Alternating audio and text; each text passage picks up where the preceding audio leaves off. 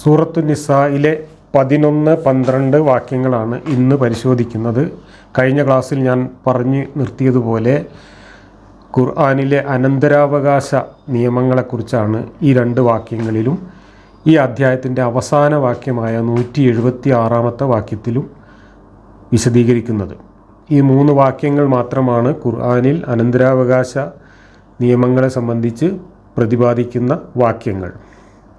ഈ 3 വാക്യങ്ങളും വായിച്ച ശേഷം ഖുർആനിലെ ഈ അനന്തരാവകാശ നിയമങ്ങളിലുള്ള അശാസ്ത്രീയതകളും ന്യൂനതകളും എന്തൊക്കെയാണ് എന്ന് നമുക്ക് വിശദമായി തന്നെ പരിശോധിക്കാം. അള്ളാഹു ലോകാവസാനം വരെയുള്ള മനുഷ്യർക്ക് വേണ്ടി അവതരിപ്പിച്ചു എന്ന് പറയുന്ന ഖുർആനിലെ മനുഷ്യൻ്റെ ദൈനംദിന ജീവിതത്തിലെ ഒരു പ്രധാനപ്പെട്ട വ്യവഹാരമാണ് ഇവിടെ വിശദീകരിക്കുന്നത്. അത് എത്രമാത്രം അപൂർണവും അവ്യക്തവും വൈരുദ്ധ്യങ്ങൾ നിറഞ്ഞതും അപ്രായോഗികവുമാണ്.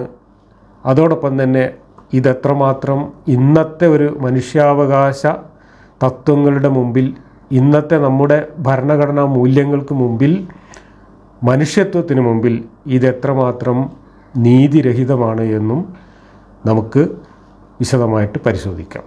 ഈ വാക്യങ്ങൾ അവതരിപ്പിക്കുന്നതിന് മുമ്പ് ഇതിൻ്റെ ആമുഖം എന്നോണം 7-ാമത്തെ വാക്യത്തിൽ ചില കാര്യങ്ങൾ പറഞ്ഞിരുന്നു.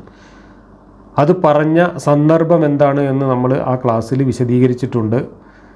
ഒരു സ്ത്രീ തൻ്റെ ഭർത്താവ് ഉഹുദ് യുദ്ധത്തിൽ മരണപ്പെട്ടതിനെ തുടർന്ന് മരണപ്പെട്ട ഭർത്താവിൻ്റെ സ്വത്തുക്കളെല്ലാം അയാളുടെ സഹോദരന്മാർ കൈവശം വെക്കുകയും ഈ സ്ത്രീയുടെ പെൺമക്കൾക്ക് ജീവിത ചെലവിന് പോലും ബുദ്ധിമുട്ട് അനുഭവിക്കുകയും ചെയ്യുന്ന ഒരു സാഹചര്യത്തിൽ മരിച്ച ഭർത്താവിൻ്റെ സ്വത്തിൽ നിന്ന് എന്തെങ്കിലുമൊക്കെ തനിക്കും തൻ്റെ മക്കൾക്കും ലഭിക്കണം എന്ന ന്യായമായ ആവശ്യവുമായിട്ട് മുഹമ്മദിനെ സമീപിച്ചുവെന്നും, അപ്പം മുഹമ്മദിന് പെട്ടെന്ന് പരിഹാരം പറഞ്ഞു കൊടുക്കാൻ കഴിയാതെ താൽക്കാലികമായിട്ട് പ്രശ്നം പെൻഡിങ്ങിലിടാൻ വേണ്ടി ഒരു ആയത്തിറക്കിയെന്നും, ആ ആയത്താണ് നമ്മൾ ആദ്യം വായിച്ച 7-ാമത്തെ വാക്യം.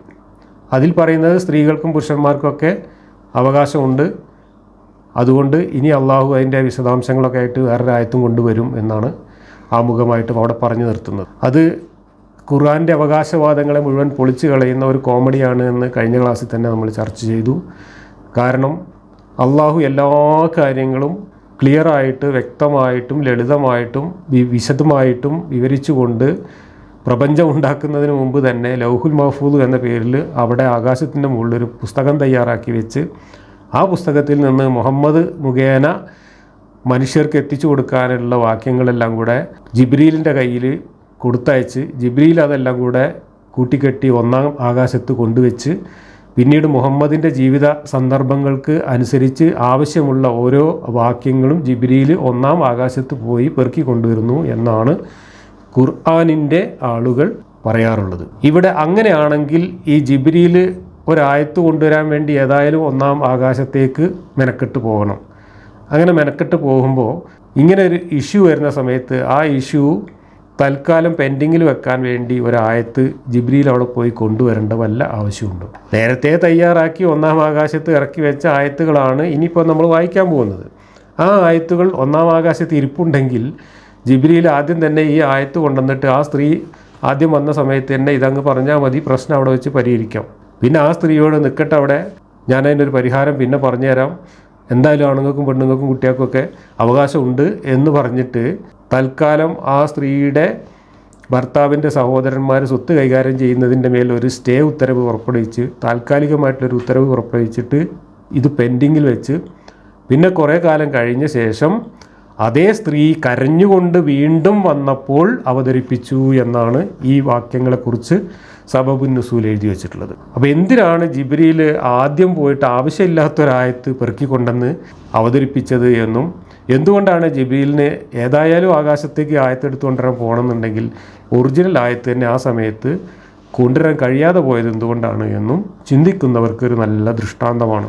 മുഹമ്മദിനെ സംബന്ധിച്ചിടത്തോളം അങ്ങനെ ഒരു സങ്കീർണമായ പ്രശ്നം മുമ്പിൽ വന്നപ്പോൾ പെട്ടെന്ന് ഉത്തരം പറയാൻ കഴിഞ്ഞില്ല എന്നതും, അത് ആലോചിച്ച് പറയാൻ കുറച്ച് സമയം വേണ്ടി വന്നു എന്നതും വളരെ സ്വാഭാവികമാണ്. അത് മാനുഷികമായ ഒരു പരിമിതിയാണ്. ആ പരിമിതി ഒന്നും ഇല്ലാത്ത സർവജ്ഞാനിയായ അള്ളാഹു എന്തിനാണ് ഈ കപട നാടകം അവിടെ അവതരിപ്പിച്ചത് എന്ന് ചിന്തിക്കുന്നവർക്ക് നല്ല ദൃഷ്ടാന്തമാണ്. എന്തായാലും നമുക്കിനി ഈ 11, 12 വാക്യങ്ങളും തുടർന്ന് 176 വാക്യത്തിൽ പറയുന്ന കാര്യങ്ങളും ഒന്ന് പരിശോധിച്ച ശേഷം ഇതിൻ്റെ ബാക്കി കാര്യങ്ങളിലേക്ക് കടക്കാം. 11 വാക്യം ഞാൻ കേൾപ്പിക്കാം.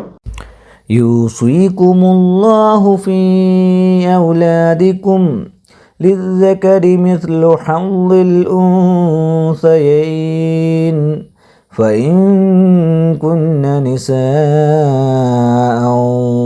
ഫൗക ഇസ്നതൈനി ഫലഹുന്ന ثلثا ما ترك وإن كانت واحدة فلها النصف ولأبويه لكل واحد منهما السدس مما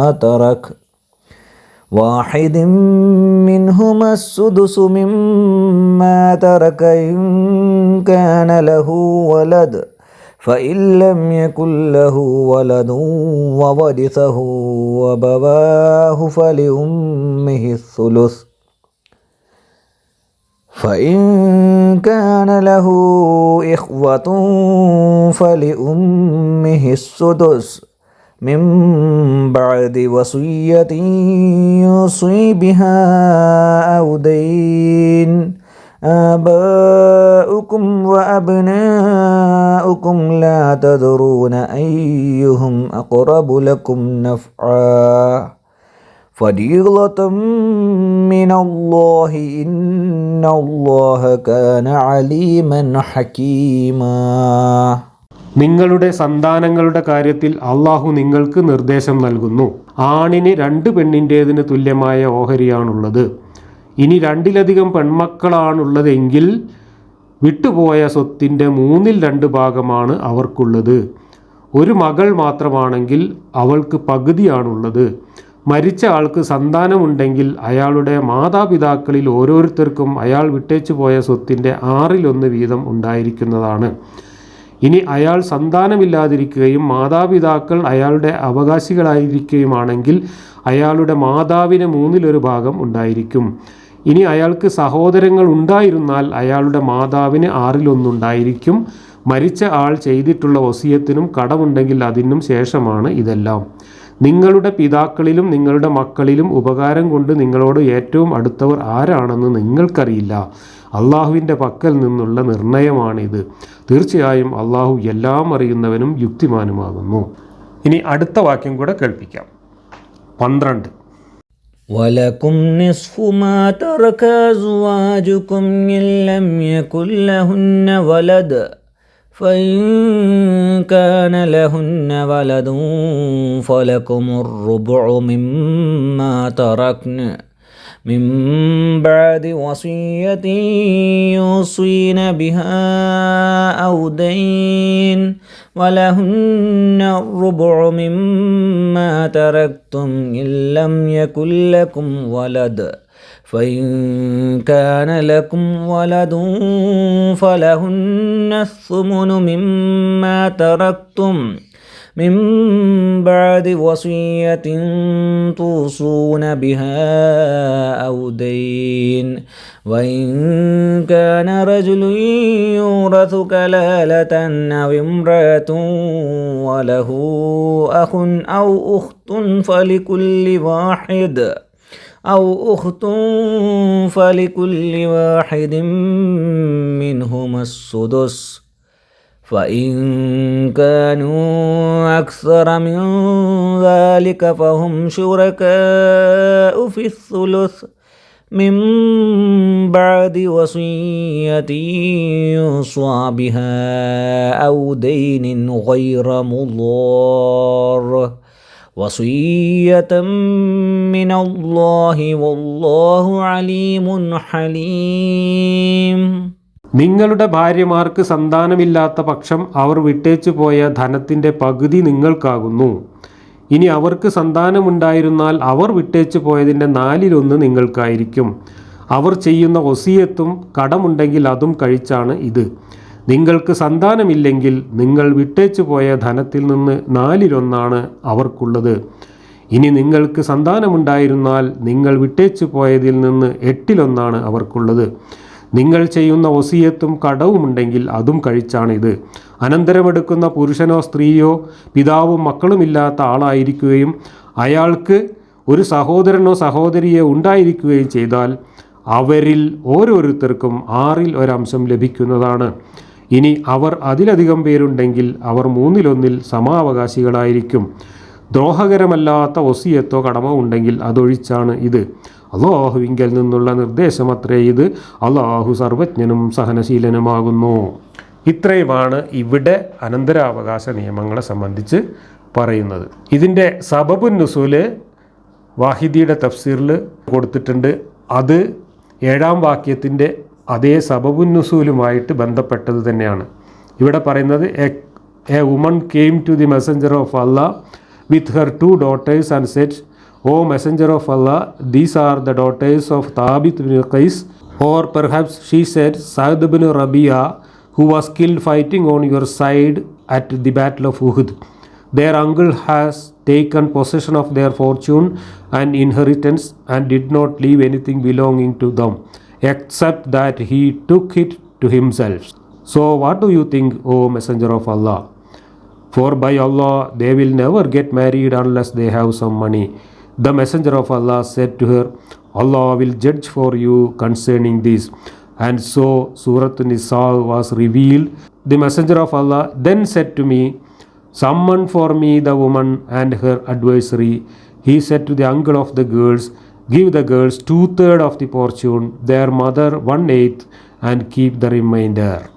ഇത് ജാബിർ പറഞ്ഞതായിട്ടാണ് ഇവിടെ രേഖപ്പെടുത്തിയിട്ടുള്ളത്. നേരത്തെ പരാതിയുമായി വന്ന അതേ സ്ത്രീ രണ്ടാമത് കരഞ്ഞുകൊണ്ട് വന്നു എന്നും അവർ വീണ്ടും ഇതാവശ്യപ്പെട്ടു എന്നും അപ്പോഴാണ് ഈ ആയത്തിറക്കിക്കൊണ്ട് ആ അനാഥരായ കുട്ടികൾക്ക് ഇത്ര വിഹിതമുണ്ട് എന്ന് പറയുന്ന ഈ ആയത്തുകൾ അവതരിപ്പിച്ചത് എന്നും അതിനുശേഷം അവരുടെ സ്വത്ത് കൈവശം വെച്ചിട്ടുള്ള അമ്മാവനെ അല്ലെങ്കിൽ എളാപ്പാനെ വിളിച്ചുകൊണ്ടുവരികയും അയാളോട് ഈ ഓഹരി പ്രകാരമുള്ള സ്വത്തുക്കൾ ഇവർക്ക് ഈ വിധവയ്ക്കും അവരുടെ മക്കൾക്കും കൊടുത്ത ശേഷം ബാക്കിയുള്ളത് നിങ്ങളെടുത്തോ എന്ന് നബി ഉപദേശിച്ചു എന്നുമാണ് ഇവിടെ എഴുതി വെച്ചിട്ടുള്ളത്. ഖുർആനിലെ സ്വത്തവകാശ നിയമങ്ങളിലെ അവ്യക്തതയ്ക്കും അപൂർണതയ്ക്കുമുള്ള 1-2 ഉദാഹരണങ്ങൾ ആദ്യം പറയാം. ഇതിൽ പറയുന്നത് ഇനി 176-ാമത്തെ വാക്യം കൂടെ പരിഗണിച്ചുകൊണ്ടാണ് ഞാൻ ഈ കാര്യങ്ങൾ പറയുന്നത്. 176-ാമത്തെ വാക്യം നമുക്ക് പിന്നീട് വായിക്കാം. ഒരാൾ മരിക്കുമ്പോൾ അയാൾക്ക് 2-ലധികം പെൺമക്കളുണ്ടെങ്കിൽ ഈ 2-ലധികം പെൺമക്കൾക്കും കൂടെ അയാളുടെ സ്വത്തിൻ്റെ 3/2 ഭാഗം തുല്യമായി വീതിച്ചു കൊടുത്താൽ മതി എന്നാണ് ഖുർആൻ പറയുന്നത്. ഇനി അയാൾ മരിക്കുമ്പോൾ അയാൾക്ക് ഒരു മകൾ മാത്രമേ ഉള്ളൂ എങ്കിൽ അയാളുടെ സ്വത്തിൻ്റെ 2/1 അതായത് പകുതി അവൾക്ക് കൊടുക്കാം എന്നാണ് പറയുന്നത്. അതേസമയത്തും 2 പെൺമക്കളാണുള്ളതെങ്കിൽ എത്രയാണ് കൊടുക്കേണ്ടത് എന്ന് ഖുർആനിൽ പറഞ്ഞിട്ടില്ല. 2-ൽ കൂടുതലാണെങ്കിൽ 3/2 കൊടുക്കാം, ഒരാളാണെങ്കിൽ പകുതി കൊടുക്കാം. എന്നാൽ 2 പേരാണെങ്കിൽ എത്ര കൊടുക്കാം എന്ന് ഖുർആനിൽ പറഞ്ഞിട്ടില്ല. അതുകൊണ്ട് തന്നെ 2 പേരാണെങ്കിൽ എത്രയാണ് കൊടുക്കേണ്ടത് എന്നതിനെ സംബന്ധിച്ച് അവ്യക്തത നിലനിൽക്കുന്നു. ഇത് ഞാൻ പറയുന്നതല്ല, ഖുർആൻ്റെ മുഫസ്സിറുകൾ തന്നെ പറയുന്നുണ്ട്. ഇമാം റാസി പറയുന്നത് നോക്കുക. ഇനി ഒരാൾ മരിക്കുമ്പോൾ പെൺമക്കൾ മാത്രമായാൽ അള്ളാഹു വ്യക്തമാക്കുന്നു, അവർ 2-ൽ കൂടുതലാണെങ്കിൽ 3/2 ഭാഗവും ഒരു മകൾ മാത്രമാണെങ്കിൽ 2/1 ഭാഗവും നൽകണം. എന്നാൽ 2 പുത്രിമാർ മാത്രമാണെങ്കിൽ എത്രയാണെന്ന് ഈ വാക്യത്തിൽ വ്യക്തമാക്കപ്പെട്ടിട്ടില്ല. 2 പെൺമക്കൾ മാത്രമുള്ള സന്ദർഭത്തിലും അവർക്ക് 3/2 ഭാഗത്തിന് അവകാശമുണ്ടെന്നാണ് ഭൂരിഭാഗം പണ്ഡിതന്മാരുടെയും അഭിപ്രായം. എന്നാൽ ചില പണ്ഡിതന്മാർ ഈ പെൺമക്കളോട് കുറച്ചുകൂടെ നീതി പുലർത്തണമെന്ന് ആഗ്രഹമുള്ള ചില പണ്ഡിതന്മാർ ഈ 2 പെൺമക്കളാണെങ്കിൽ പകുതിക്കും 3/2 ഇടയിലുള്ള ഒരു ഭാഗമാണ് കൊടുക്കേണ്ടത് എന്ന് അഭിപ്രായപ്പെട്ടിട്ടുണ്ട്. എന്തായാലും 2 പെൺമക്കളാണെങ്കിൽ എത്രയാണ് കൊടുക്കേണ്ടത് എന്ന് പറയാൻ അള്ളാഹു മറന്നുപോയിട്ടുണ്ട്. ഇത്തരം നിയമങ്ങളൊക്കെ പറഞ്ഞതിന് ശേഷം അവസാനം ഓരോ വാക്യത്തിൻ്റെ അവസാനം പറയുന്നത് അള്ളാഹു എല്ലാം അറിയുന്നവനാണ്, നീതിമാനാണ്, ഇതൊക്കെ വളരെ നിർണിതമാണ്, ഇതിൽ യാതൊരു മാറ്റവും ആരും വരുത്താൻ പാടില്ല എന്നൊക്കെ പറഞ്ഞിട്ടാണ് ഈ കാര്യങ്ങളൊക്കെ അവതരിപ്പിക്കുന്നത്. അങ്ങനെ അവതരിപ്പിച്ച ഖുർആനിൽ വന്നിട്ടുള്ള അപൂർണതയുടെ അവ്യക്തതയുടെ ഒരു ഉദാഹരണമാണ് ഇപ്പോൾ ഈ പറഞ്ഞത്. ഇനി ഞാൻ ഇതേ അധ്യായത്തിൻ്റെ അവസാനത്തെ ആയത്തായ 176-ാമത്തെ വാക്യത്തിൻ്റെ പരിഭാഷ കൂടി ഒന്ന് വായിച്ച് കേൾപ്പിക്കാം. അവർ നിന്നോട് മതവിധി അന്വേഷിക്കുന്നു. പറയുക, കലാലത്തിൻ്റെ പ്രശ്നത്തിൽ അള്ളാഹു നിങ്ങൾക്കിതാ മതവിധി പറഞ്ഞു തരുന്നു. അതായത് ഒരാൾ മരിച്ചു, അയാൾക്ക് സന്താനമില്ല, ഒരു സഹോദരിയുണ്ട് എങ്കിൽ അയാൾ വിട്ടേച്ചു പോയതിൻ്റെ പകുതി അവൾക്കുള്ളതാണ്. ഇനി അവൾക്ക് സന്താനമില്ലാതിരിക്കുകയാണെങ്കിൽ സഹോദരൻ അവളുടെ അവകാശിയായിരിക്കും.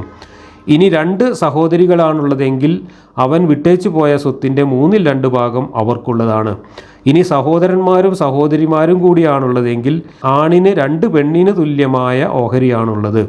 നിങ്ങൾ പിഴച്ചു പോകുമെന്ന് കരുതി അള്ളാഹു നിങ്ങൾക്ക് കാര്യങ്ങൾ വിവരിച്ചു തരുന്നു. അള്ളാഹു ഏത് കാര്യത്തെപ്പറ്റിയും അറിവുള്ളവനാകുന്നു. അപ്പോൾ നമ്മൾ പിഴച്ചു പോകാതിരിക്കാൻ വേണ്ടിയിട്ട് അള്ളാഹു കാര്യങ്ങൾ വളരെ കൃത്യമായിട്ട് വിവരിച്ചു തന്നതാണ് ഇപ്പോൾ നമ്മൾ ഈ വായിച്ചത്.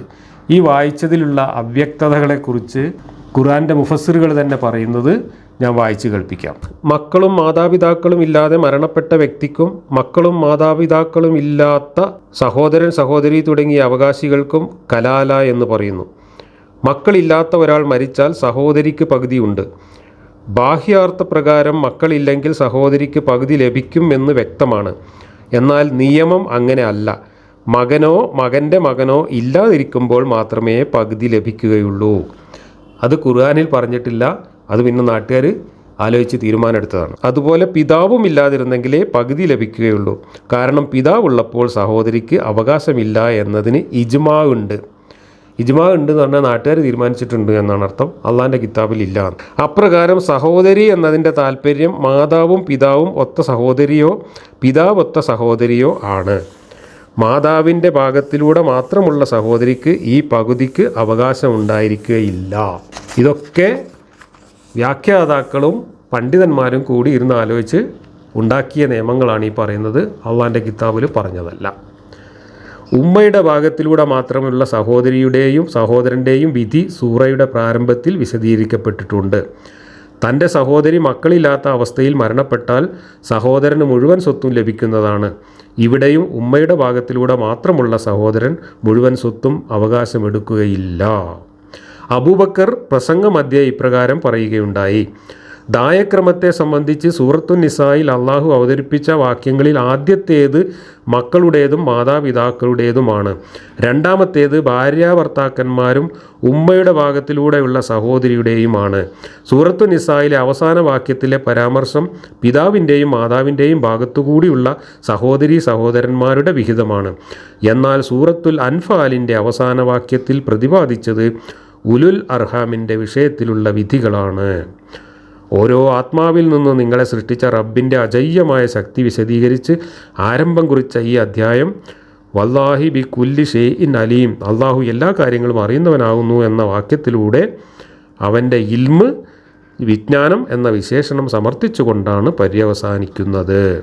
അപ്പോൾ അള്ളാഹുവിൻ്റെ ഇൽമിൻ്റെയും അള്ളാഹുവിൻ്റെ സർവജ്ഞാനത്തിൻ്റെയും ഒക്കെ പരിമിതിയാണ് നമ്മളിപ്പോൾ ഇവിടെ കണ്ടത്. ഇനി 2 പെൺമക്കൾ മാത്രമാണുള്ളതെങ്കിൽ എത്ര ഓഹരി എന്ന് ഖുർആനിൽ വ്യക്തമാക്കിയിട്ടില്ല എന്ന് പറഞ്ഞതുപോലെ തന്നെ മറ്റൊരു അവ്യക്തതയും അപൂർണതയും ചൂണ്ടിക്കാണിക്കാൻ ഒരു ഉദാഹരണം കൂടെ പറയാം. ഒരാൾക്ക് മരിക്കുമ്പോൾ ഭാര്യയും ഒരു മകളും മാത്രമാണ് ഉള്ളത് എന്ന് വിചാരിക്കാം. അങ്ങനെയാണെങ്കിൽ ഭാര്യയ്ക്ക് 8/1 പറഞ്ഞിട്ടുണ്ട്, മകളുള്ളത് കൊണ്ട് 8/1, മകൾക്ക് 2/1 പറഞ്ഞിട്ടുണ്ട്.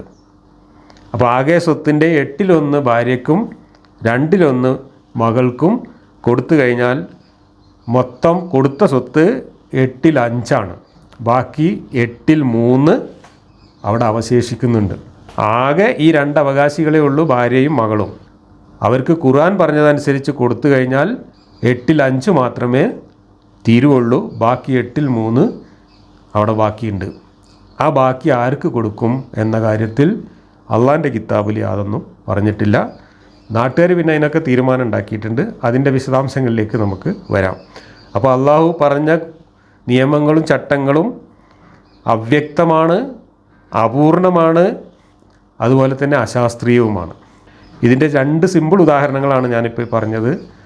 ഒന്ന്, 2 പെൺമക്കളായാൽ എത്ര എന്ന് പറയുന്നില്ല, 3 3-ൽ കൂടുതലോ ആണെങ്കിലും 1 ആണെങ്കിലും എത്ര എന്ന് പറയുന്നുണ്ട്, 2ൻ്റെ പറയുന്നില്ല. അതുകൊണ്ട് 2 പെൺമക്കളുടെ ഓഹരി എത്ര എന്ന കാര്യത്തിൽ പണ്ഡിതന്മാർക്കിടയിൽ അഭിപ്രായ ഭിന്നതകളുണ്ട്. അതുപോലെ ഭാര്യയും മകളും മാത്രമാണ് അവകാശികളായി വരുന്നതെങ്കിൽ ഖുർആനിൽ പറഞ്ഞ 2/1 8/1 കൂടെ കൊടുത്തു കഴിഞ്ഞാൽ ബാക്കി 8/3 സ്വത്ത് ബാക്കിയാവും. ആ ബാക്കി സ്വത്ത് ആർക്ക് കൊടുക്കണം എന്ന് അള്ളാഹു റസൂലൊന്നും പറഞ്ഞു തന്നിട്ടില്ല. ഇതാണ് ഇതിൻ്റെ അവ്യക്തതയെക്കുറിച്ചോ അപൂർണതയെക്കുറിച്ചുള്ള 2 ഉദാഹരണങ്ങൾ. ഇനി ഇത് കടുത്ത മനുഷ്യാവകാശ ലംഘനവും മനുഷ്യത്വ വിരുദ്ധവുമായിട്ടുള്ള കാര്യങ്ങളാണ് ഇപ്പോൾ നമ്മൾ ഈ വായിച്ചത്. കാരണം ഇന്ന് ലോകം അംഗീകരിച്ചിട്ടുള്ള ഒരു മനുഷ്യാവകാശ തത്വം എന്ന് പറയുന്നത് എല്ലാ മനുഷ്യരും ലിംഗഭേദമന്യേ തുല്യ ഡിഗ്നിറ്റി ഉള്ളവരാണ്, തുല്യ അവകാശമുള്ളവരാണ് എന്നാണ് ഒരു അടിസ്ഥാന തത്വം. അത് മനുഷ്യാവകാശത്തിൻ്റെ അടിസ്ഥാന തത്വമാണ്. ഇന്ത്യൻ ഭരണഘടന ഉൾപ്പെടെ പരിഷ്കൃത ഭരണഘടനകളിലെല്ലാം ഏറ്റവും അടിസ്ഥാന മൂല്യമായി ഉയർത്തിപ്പിടിക്കുന്ന ഒന്നാണ് ഈ തുല്യത എന്നുള്ളത്. ആണും പെണ്ണും തുല്യരാണ്, അവകാശങ്ങളുടെ കാര്യത്തിൽ അന്തസ്സിൻ്റെ കാര്യത്തിൽ ഒക്കെ തുല്യരാണ്. ഇവിടെ ഖുർആൻ പറയുന്ന സ്വത്തവകാശ നിയമങ്ങളെല്ലാം തന്നെ പെൺമക്കൾക്ക് അല്ലെങ്കിൽ സ്ത്രീകൾക്ക് പുരുഷന്മാരുടെ നേർപകുതി അവകാശം എന്ന അങ്ങേയറ്റം വിവേചനപരമായ നിയമമാണ് എഴുതി വച്ചിട്ടുള്ളത്. ഒരു പെണ്ണിൻ്റെ 4 അവസ്ഥയാണ് കുടുംബജീവിതത്തിൽ ഒരു പെണ്ണിനുള്ളത്. ഒന്ന് ഭാര്യ, മറ്റൊന്ന് മകൾ, ഒന്ന് അമ്മ, ഒന്ന് സഹോദരി. ഈ 4 അവസ്ഥയിലും സ്ത്രീകൾക്ക് സമാന പുരുഷന്മാരുടേതിൻ്റെ പകുതിയാണ് അവകാശം.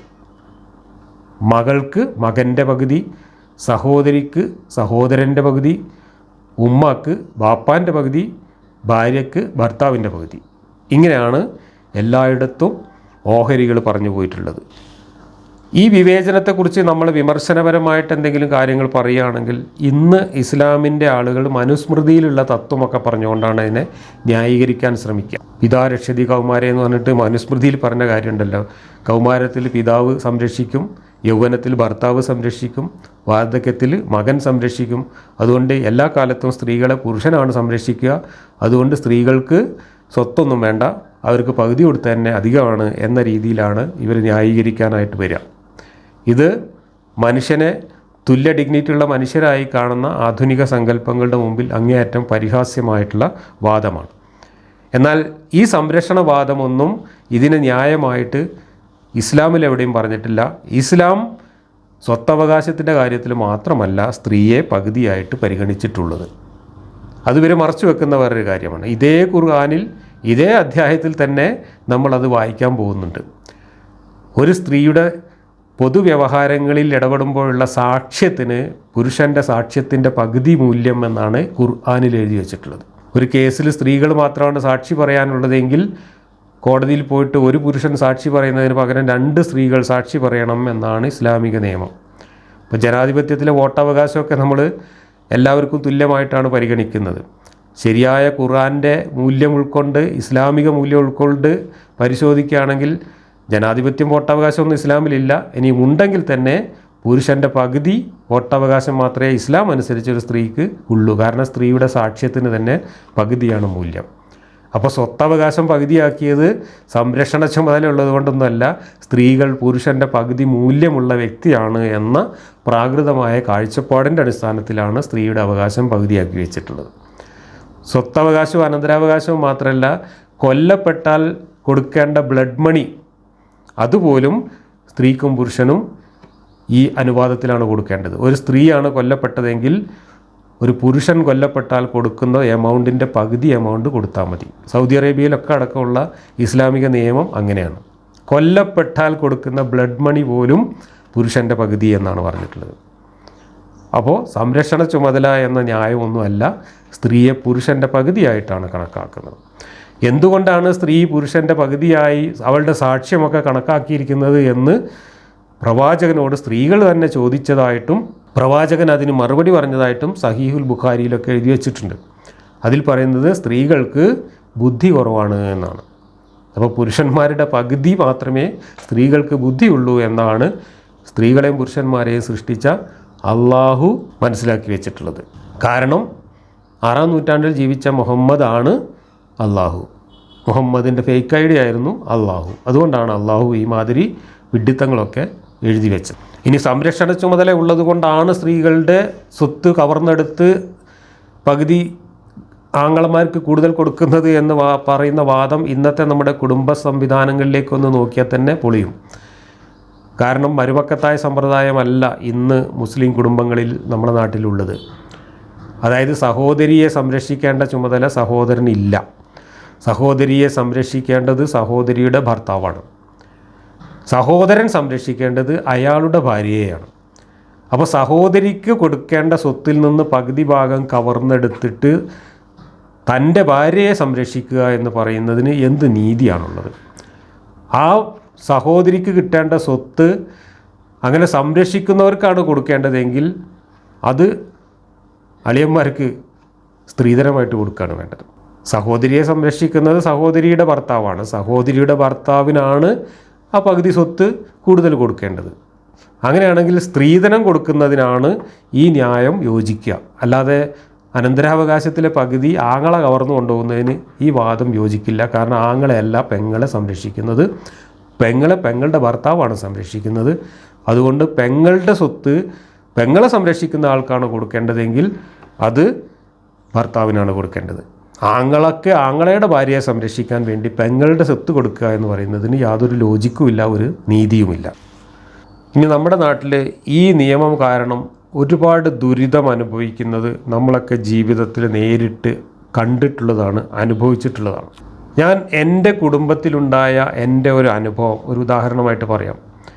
ഒന്ന്, നമ്മുടെ സാധാരണക്കാരായ മുസ്ലിം കുടുംബങ്ങളിലെ ആളുകൾക്കൊന്നും ഈ ഇസ്ലാമിലെ അനന്തരാവകാശ നിയമങ്ങളിലുള്ള ഈ കുലുമാലുകളെക്കുറിച്ചോ ഇതിലുള്ള ആൺപെൺ വിവേചനത്തെക്കുറിച്ചോ ഇതിൻ്റെ വിശദാംശങ്ങളെക്കുറിച്ചോ ഒന്നും യാതൊരു അറിവുമില്ല. ഇതൊക്കെ മതം ഇത് പ്രത്യേകം പഠിച്ച കുറച്ച് ആളുകൾക്ക് മാത്രം അറിയുന്ന കാര്യങ്ങളാണ്. അതുകൊണ്ട് തന്നെ പലരും ഇതിനെക്കുറിച്ചൊന്നും അവെയറല്ല. ഇപ്പോൾ അടുത്ത കാലത്ത് അങ്ങനെ ഒരു അവെയർനെസ് ഉണ്ടാക്കാൻ നമ്മുടെ ഷുക്കൂർ വക്കീലിനെ പോലെയുള്ള ആളുകളൊക്കെ കുറേ കാര്യങ്ങൾ ചെയ്തിട്ടുണ്ട്.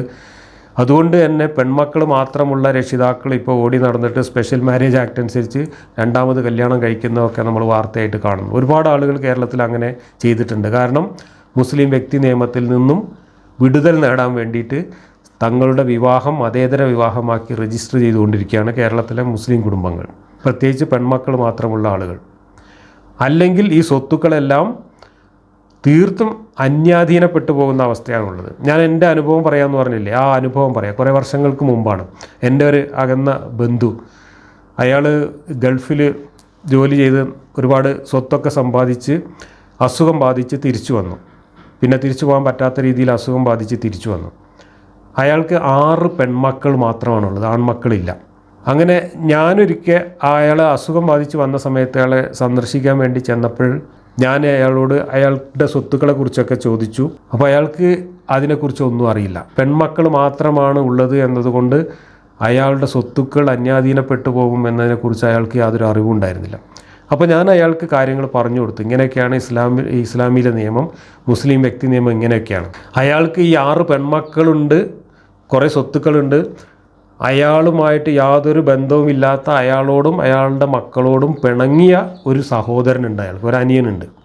അവരുമായിട്ടൊരു ബന്ധമില്ല, ഈ മക്കളെയൊന്നും തിരിഞ്ഞു നോക്കില്ല. അയാൾ നാട്ടിലില്ലാത്ത കാലത്ത് പോലും ഈ കുടുംബത്തിൻ്റെ ഒരു കാര്യത്തിലും നോക്കാതെ ഇവരോട് ശത്രുത പുലർത്തുന്ന ഒരു അനിയനാണ് അയാൾക്കുള്ളത്. അപ്പം ഞാൻ ഇദ്ദേഹത്തോട് പറഞ്ഞു, നിങ്ങളുടെ 6 പെൺമക്കൾക്ക് കിട്ടുന്നതിനേക്കാൾ ഒരുപാട് സ്വത്തുക്കൾ നിങ്ങളുടെ ശത്രുവായ നിങ്ങളുടെ അനിയന് പോവും, നിങ്ങൾ ഈ കോലത്തിൽ മരിച്ചു കഴിഞ്ഞാൽ. ഇത് ഞാൻ അദ്ദേഹത്തോട് പറഞ്ഞപ്പോഴാണ് അദ്ദേഹം ആകെ ബേജാറാവുന്നത്.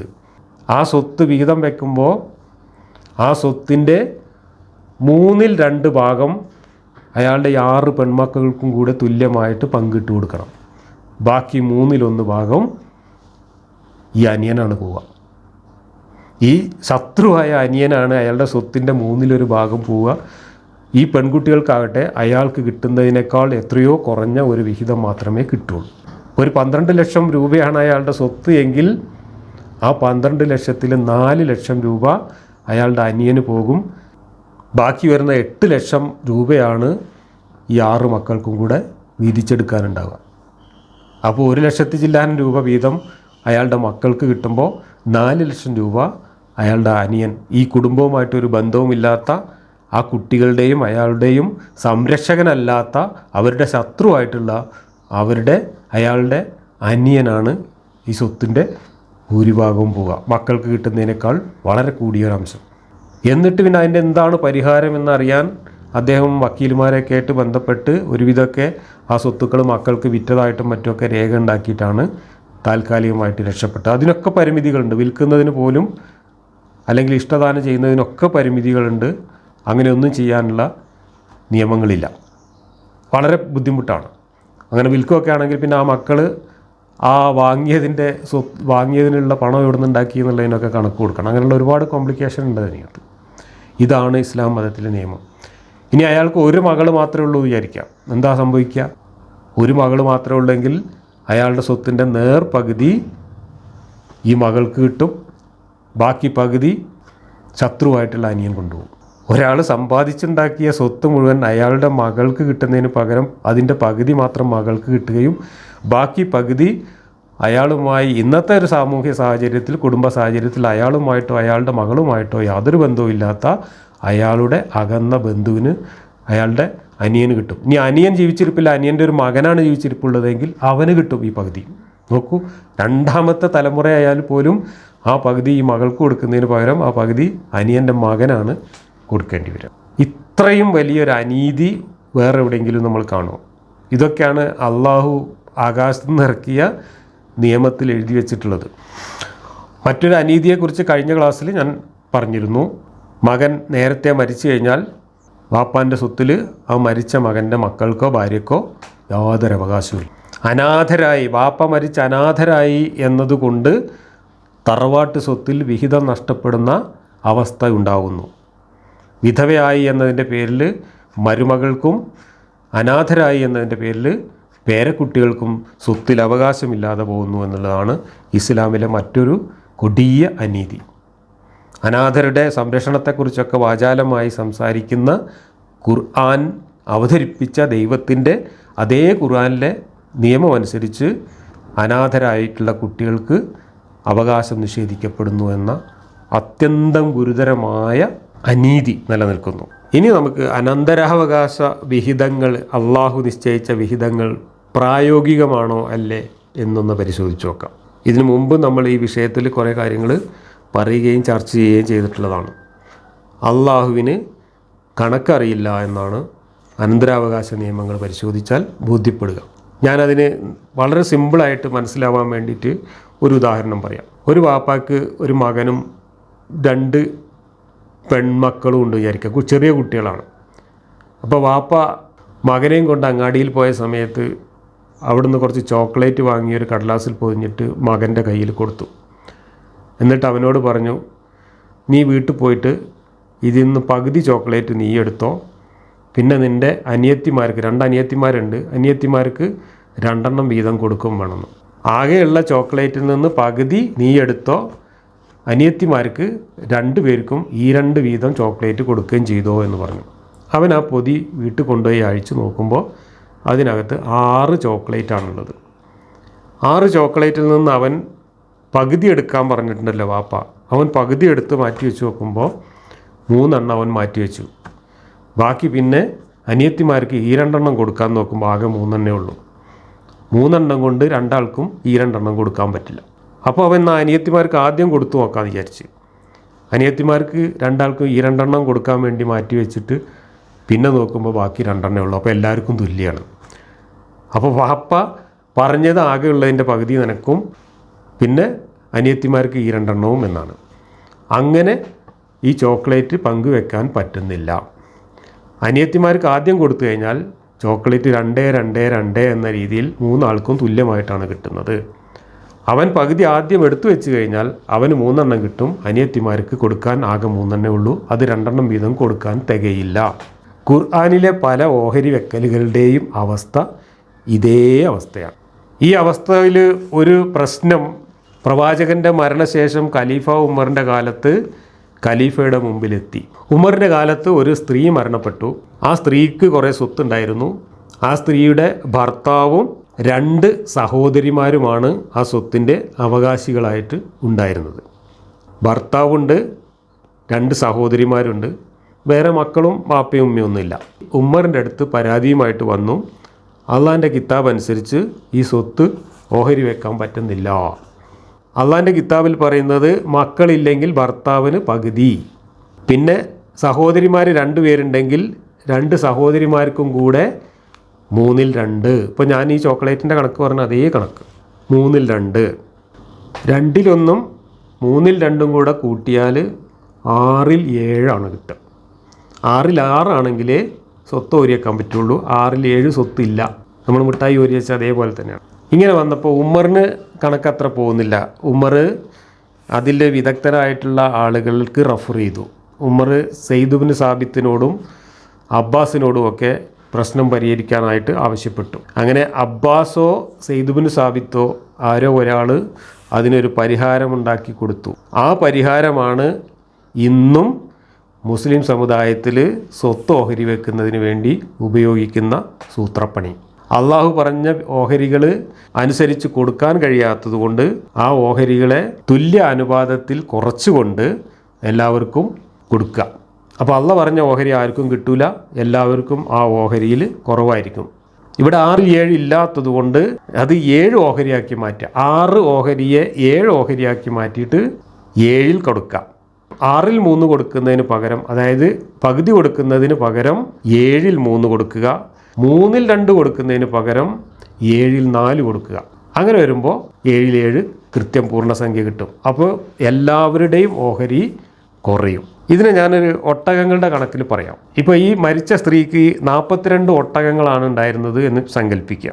അങ്ങനെയാണെങ്കിൽ അബ്ബാസും സെയ്ദ് ഇബ്നു സാബിത്തും നിർദ്ദേശിച്ചതനുസരിച്ച് ഓഹരി വെക്കുകയാണെങ്കിൽ ഭർത്താവിന് 7/3 പിന്നെ സഹോദരിമാർക്ക് 7/4 പകുതി വീതവും. ഭർത്താവിന് 7/3 സഹോദരിമാർക്ക് 7/4 പകുതി വീതവും കൊടുക്കുക. അങ്ങനെ വരുമ്പോൾ 42 ഒട്ടകങ്ങളിൽ നിന്ന് ഭർത്താവിന് 18 ഒട്ടകങ്ങൾ പിന്നെ സഹോദരിമാർക്ക് 12 വീതം ഒട്ടകങ്ങളും കൊടുക്കുക. അപ്പോൾ 18ഉം 12ഉം 12ഉം മൊത്തം 42 ഒട്ടകങ്ങൾ കറക്റ്റായിരിക്കും. അല്ലാത്ത രീതിയിലാണെങ്കിൽ 21 ഒട്ടകം കൊടുക്കേണ്ടി വരും ഭർത്താവിന്.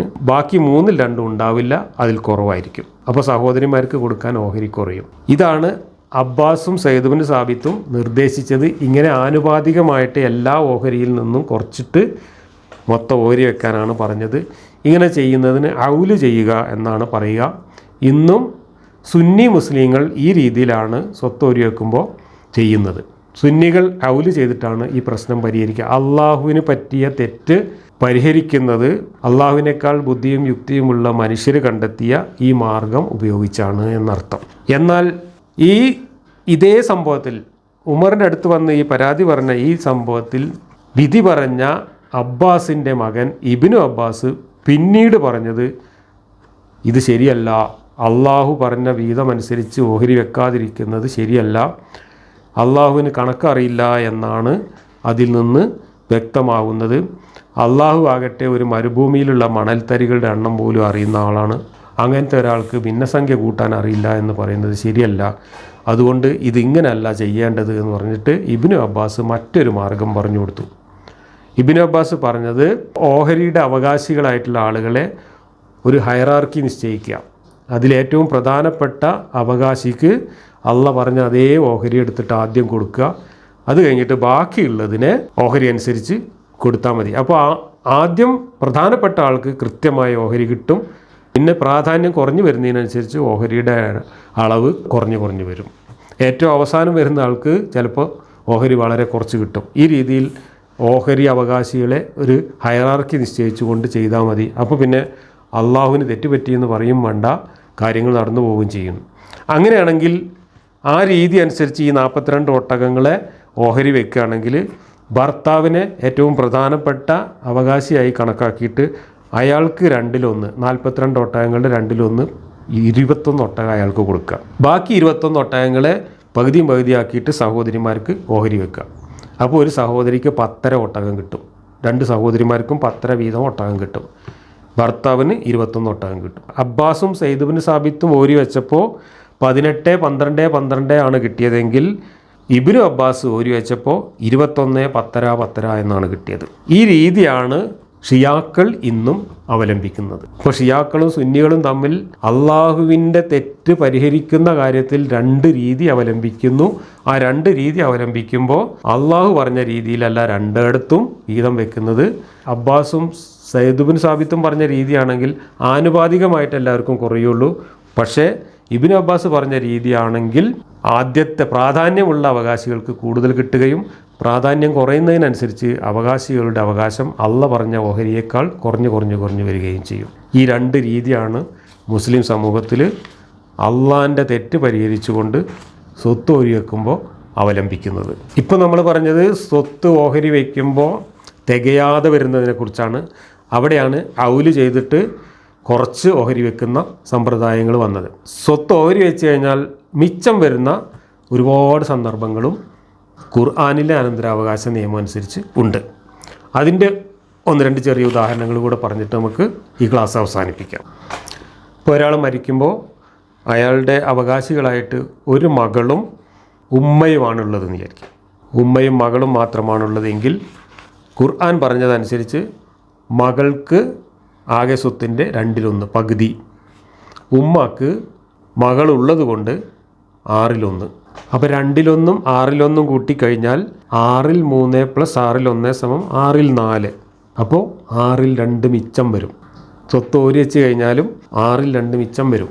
6 ലക്ഷം രൂപയാണ് സ്വത്തെങ്കിൽ ഉമ്മാക്ക് 1 ലക്ഷം കിട്ടും, മകൾക്ക് 3 ലക്ഷം കിട്ടും, 2 ലക്ഷം ബാക്കിയാവും. അപ്പോൾ എന്താണ് ചെയ്യേണ്ടത്? അങ്ങനെ വരുന്ന കേസുകളിൽ റദ്ദ് ചെയ്യുക എന്ന് പറഞ്ഞിട്ടൊരു ഏർപ്പാടിലൂടെ ഈ സ്വത്തുക്കൾ തിരിച്ച് വീണ്ടും ഓഹരി വെക്കുകയാണ് ചെയ്യുക. ബാക്കി വരുന്ന സ്വത്തുക്കൾ ആദ്യത്തെ അതേ അനുപാതത്തിലോ അതല്ലെങ്കിൽ സാധ്യമാകുന്ന അനുപാതത്തിലോ എല്ലാവർക്കും പങ്കിട്ട് കൊടുക്കും. അങ്ങനെ മിച്ചം വരുന്ന സ്വത്ത് കൂടി അവകാശികൾക്ക് കൊടുക്കും. ഇതൊന്നും ഖുർആനിൽ അള്ള പറഞ്ഞ കാര്യമല്ല. ഇതൊന്നും റസൂല് വിശദീകരിച്ച കാര്യം പോലും അല്ല. അള്ളാൻ്റെ റസൂലിൻ്റെയൊക്കെ കാലത്തിന് ശേഷം പണ്ഡിതന്മാർ ഈ പ്രശ്നം പരിഹരിക്കാൻ വേണ്ടി കൂടിയിരുന്ന് ആലോചിച്ചുണ്ടാക്കിയ തീരുമാനമാണ്. ആ തീരുമാനമനുസരിച്ചാണ് ഇങ്ങനെയുള്ള നിയമങ്ങളൊക്കെ പിന്നെ ഇതിനകത്ത് കൂട്ടിച്ചേർത്തിട്ടുള്ളത്. അതനുസരിച്ചാണ് ഇന്ന് സ്വത്ത് ഓഹരി വെക്കുന്നത്. ഇവിടെ അള്ളാഹു പറഞ്ഞതിനേക്കാൾ കൂടുതലാണ് എല്ലാവർക്കും ഓഹരി കിട്ടുക. ആദ്യം പറഞ്ഞ കേസിൽ അള്ളാഹു പറഞ്ഞതിനേക്കാൾ കുറച്ചാണ് എല്ലാവർക്കും കിട്ടുക. അപ്പോൾ അള്ളാഹു പറഞ്ഞ 3/1, 3/2, 6/1 എന്ന കണക്കനുസരിച്ച് ആർക്കും സ്വത്ത് ഓഹരി വെക്കാൻ കഴിയില്ല എന്നർത്ഥം. അങ്ങനെ കുറച്ച് കിട്ടിയവർ നാളെ പരലോകത്ത് എന്നിട്ട് അള്ളാൻ്റെ അടുത്ത് കംപ്ലയിൻറ്റ് പറയുകയാണ്, അള്ളാ ഞങ്ങൾക്കൊന്നും നിങ്ങൾ പറഞ്ഞ കണക്കനുസരിച്ച് സ്വത്ത് കിട്ടിയില്ല, നിങ്ങൾക്ക് കണക്കറിയാത്തതുകൊണ്ട് ഞങ്ങൾ പെട്ടുപോയി എന്ന് പറഞ്ഞാൽ അള്ളാഹു നാണം കെട്ടുപോകും. ഇതാണ് ഖുർആനിലെ അനന്തരാവകാശവുമായി ബന്ധപ്പെട്ട് പറയാനുള്ള കാര്യങ്ങൾ.